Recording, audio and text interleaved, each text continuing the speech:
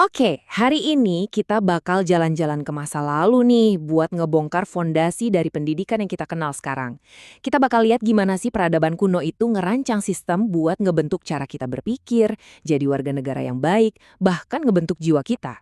Udah siap? Yuk kita mulai. Coba deh bayangin sejenak, gimana kalau tujuan utama kita sekolah selama ini bukan buat dapat kerjaan, tapi buat ngebentuk kita jadi warga negara yang sempurna? Ini bukan pertanyaan iseng loh, karena inilah inti dari cara orang-orang Yunani kuno dulu melihat pendidikan. Nah, semua itu berpusat pada satu konsep kunci, paideia. Dan ini tuh lebih dari sekedar sekolah. Paideia itu gagasan bahwa pendidikan itu proses seumur hidup buat ngebentuk manusia secara utuh, mulai dari pikiran, tubuh, sampai karakternya, biar pas sama perannya di tengah masyarakat. Ya bisa dibilang inilah cetak biru buat jadi manusia yang ideal. Tapi ya gitu deh, ternyata nggak semua orang Yunani sepakat soal manusia ideal itu kayak gimana. Nah, dari sinilah lahir salah satu eksperimen pendidikan terbesar dalam sejarah yang dijalankan sama dua negara kota yang, wah, beda banget satu sama lain. Lihat deh perbedaannya, tajam banget kan? Di satu sisi, kita punya Athena. Mereka ini pengen banget punya warga negara yang wawasannya luas, yang ngerti seni, dan pakai akal. Pendidikannya, meskipun diawasi negara, fokusnya itu ke pengembangan diri masing-masing individu. Nah, di sisi lain, ada Sparta.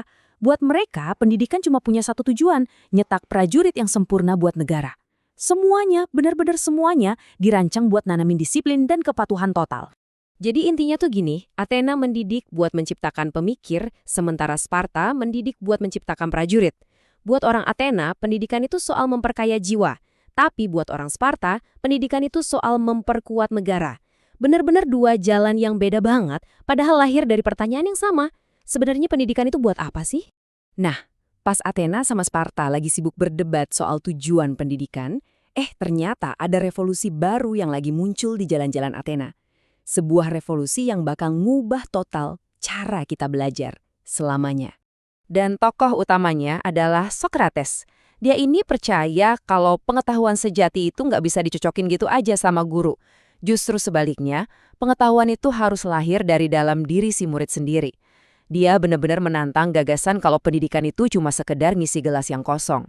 Dan analogi ini keren banget. Jadi, ibunya Socrates itu kan seorang bidan.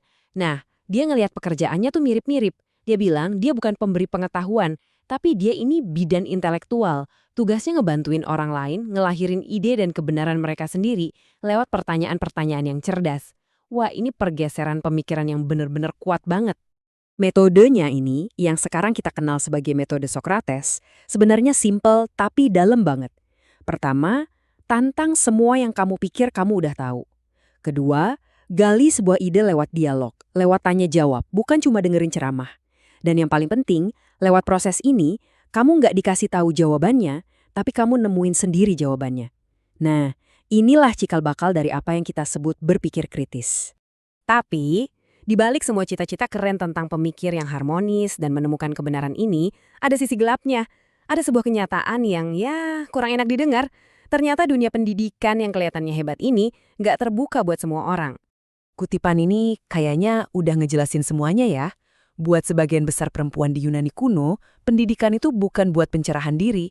Tujuannya sangat praktis, nyiapin mereka buat jadi manajer rumah tangga yang efisien. Coba kita lihat deh gimana ini akhirnya ngebentuk dua jalur hidup yang beda banget.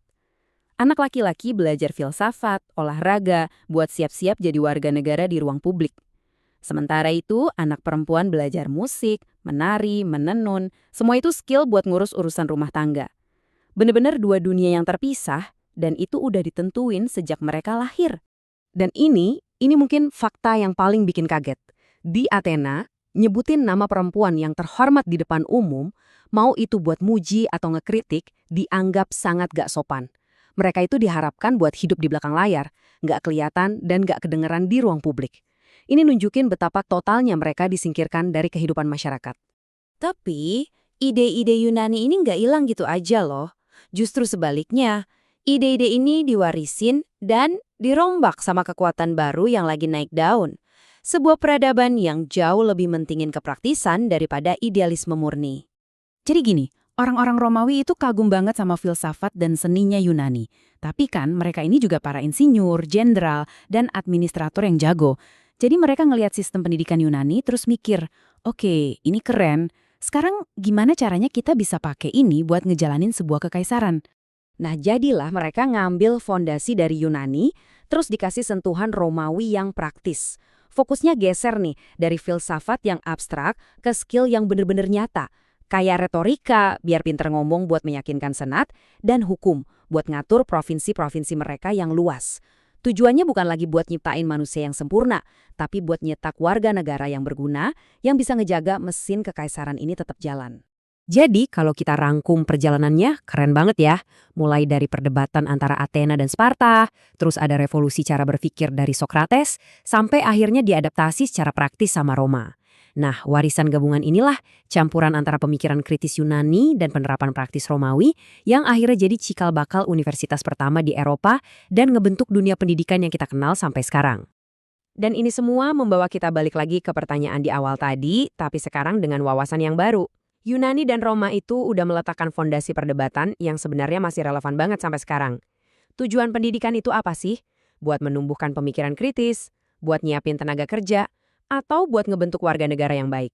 Ternyata gema dari perdebatan kuno ini masih terdengar jelas di ruang-ruang kelas kita sampai hari ini.